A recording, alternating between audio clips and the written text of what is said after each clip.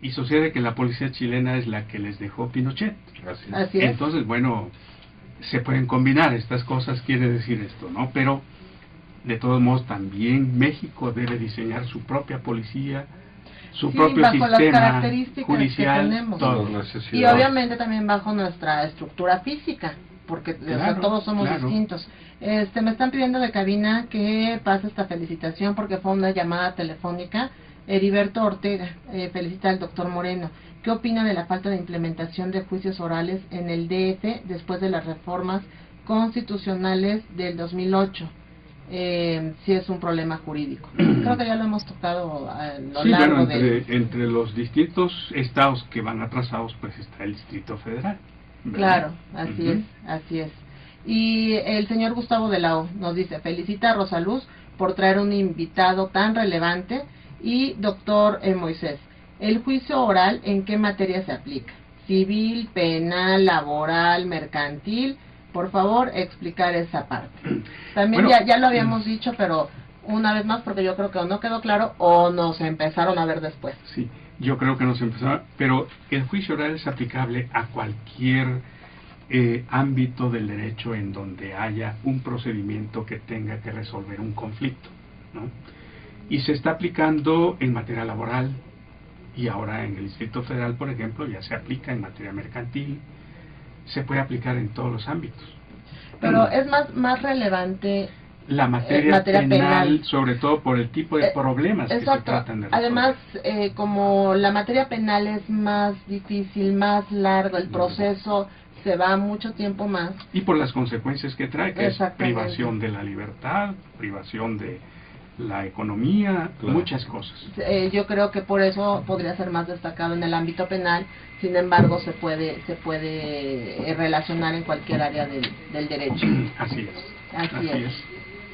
Nos siguen llegando felicitaciones, Moisés, pues ha sido todo un éxito este programa, qué bueno que nos aceptaste la invitación, porque mira cómo estamos de preguntitas. Nos dice Roxana, por favor, importa la materia de teoría del delito en la UNAM, porque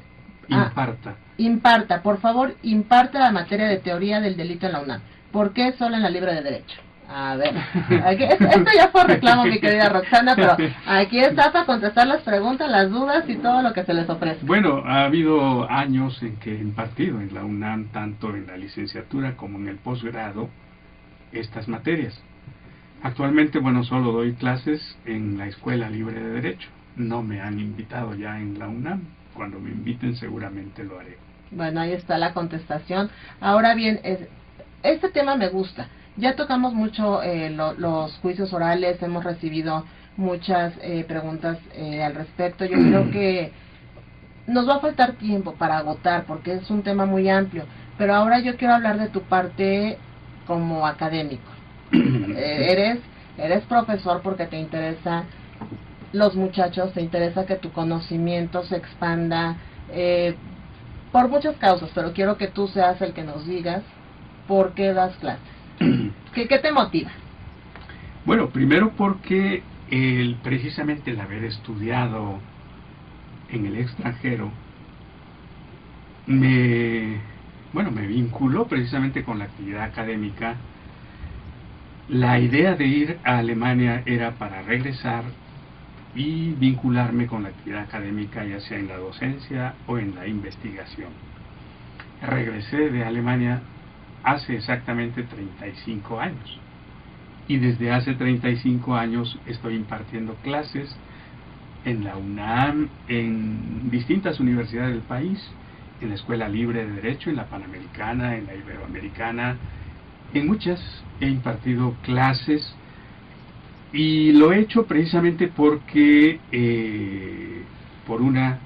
me interesa que los conocimientos que se van renovando en la materia penal, en la materia de política criminal, en fin, en todas las materias relacionadas con las ciencias penales que van evolucionando en otras partes del mundo, también se conozcan en el ámbito nacional.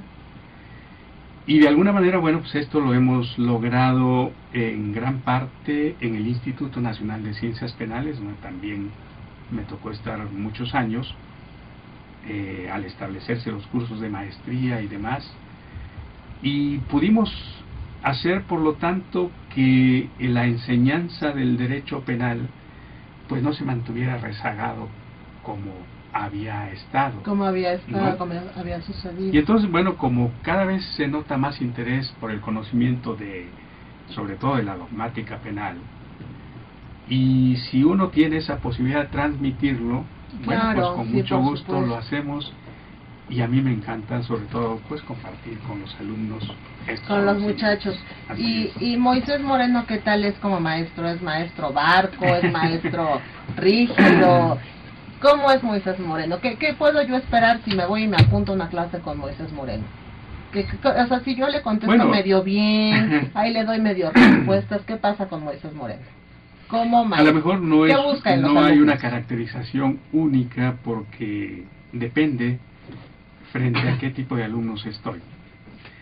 Hay alumnos que motivan al maestro y entonces, bueno, pues el maestro aprovecha esa circunstancia para efectos de darle todo lo que pueda.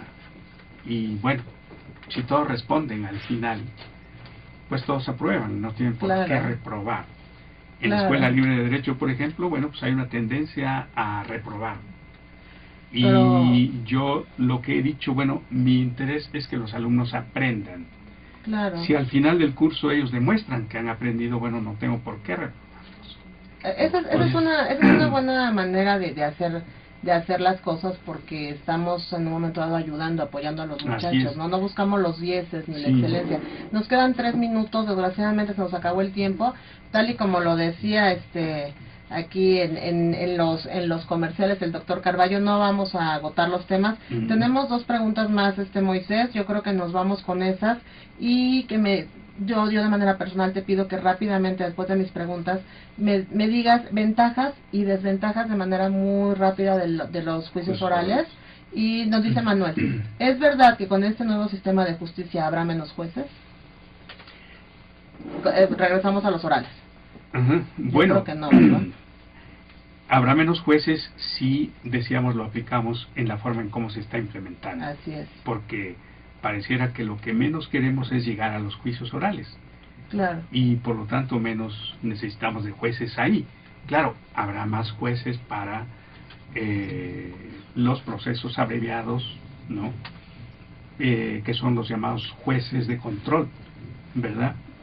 Pero si la idea es realmente lograr un sistema funcional, un sistema que realmente responda a los objetivos de la reforma constitucional, entonces necesitaremos más jueces, capacitados para los juicios orales. Que es lo que comentábamos, ¿no? Que desgraciadamente quizá no tenemos los jueces necesarios y adecuados para implementar el sistema. Raúl nos dice, ¿qué opina respecto del papel que tendrá el Ministerio Público en el nuevo sistema de justicia penal? ¿Y en Chile existe la figura del Ministerio Público como en México? Son 2 preguntas. Sí. Volvemos a Chile, la gente está muy interesada con el tema de Chile. Y qué bueno que lo tocan, porque una de las grandes cosas que se hace valer del sistema procesal chileno nuevo, que pues es de apenas 12 años, ¿no?, es que tiene su figura que se llama Ministerio Público. Y se nos dice, hay que tomar en cuenta el sistema chileno, porque ahora es el Ministerio Público el que investiga y el que acusa. Y cuando nos lo dicen en México, pareciera que desconocen lo que hay en México. Y Claro. más, y eso extraña más cuando lo diga un mexicano, ¿no? Porque México siempre ha tenido la figura del Ministerio Público. Así Y es. desde 1917, decíamos, la figura del Ministerio Público es el órgano acusador. Está separado de Del lo órgano que era investigador, en además. Chile. Así En es. Chile había un juez de instrucción hasta finales del siglo XX. Nosotros lo desaparecimos en 1917. Entonces hay una gran diferencia. Pero en la actualidad, tanto Chile como México tienen Ministerio Público. Ok, muy bien. Y nos dice la última pregunta que contestamos. Maestro Moreno, ¿conoció usted al maestro Porte Petit y qué opinión tuvo de él? El licenciado Montoya nos los pregunta. Por supuesto que conocí al gran maestro don Celestino Porte Petit. tuve la gran oportunidad de, cuando regresé a Alemania, me incorporé al Instituto Nacional de Ciencias Penales cuando él era director del instituto. Lo había conocido unos años antes, cuando hice un viaje de Alemania a México con ese propósito, de saber, bueno, qué opinaba el maestro Porte sobre lo que yo estaba haciendo en Alemania y cuáles eran las posibilidades mías cuando yo regresara de Alemania. Y precisamente al regresar de Alemania me incorporé a trabajar con él, y desde entonces, bueno, aparte de haber hecho una gran amistad y el haber trabajado con él como su subordinado, pues yo sentí un enorme afecto hacia mí. Yo sentí que, bueno, él siempre había deseado tener un hijo que se dedicara a lo que él siempre se dedicó, a las ciencias penales, y no obstante que los hijos, bueno, de alguna manera se esforzaron, pues no llegaron a llenar sus expectativas. Veo que este es un tema, Moisés, que te da gusto, se te iluminó la cara. Nos tenemos que ir. Me dicen que ya nos dio tiempo para las 5 ventajas y desventajas, pero ese es un compromiso contigo, Moisés, que posteriormente nos acompañes para poder agotar el tema. Desgraciadamente siempre nos pasa lo mismo. Muchas gracias por estar con nosotros en una edición más de Enfoque Ciudadano. Antonio, muchas gracias. Moisés, estás comprometido. Ahorita vemos con nuestra subdirección qué otra fecha nos das. Gracias y buenas noches. Gracias. Canal Patrio, voz e imagen de la sociedad civil.